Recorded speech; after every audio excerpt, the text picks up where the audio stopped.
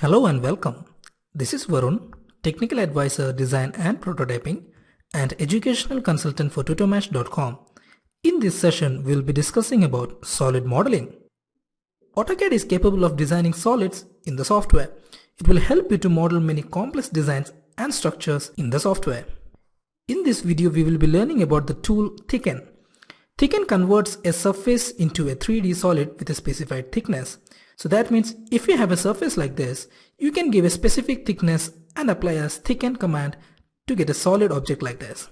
Now let's see this option in the software. Let me create a planar surface with the command plane surf and press enter. I will show my first corner here like this and my next corner here like this, so that it creates a plane surface.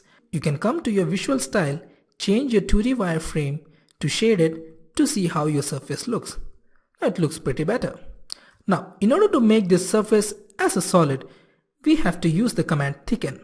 So let me come back to my visual style again, change this shaded to 2D wireframe like this, and let me apply the command thicken, that is THI, and press enter. Now you can see that the thicken command is already activated. It is asking you to select surfaces to thicken. So let me select this surface which I want to make as a solid, like this. After selecting the surfaces, let me press enter. Now it is asking to specify the thickness.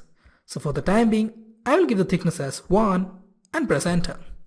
So now you can see that the surface which I have created got a thickness of 1 to create it as a solid.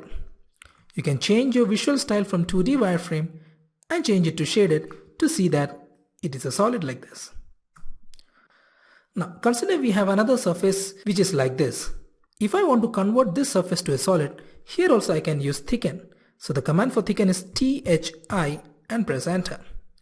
Let me select the surface, that is this one, and press enter. Again it is asking to specify the thickness.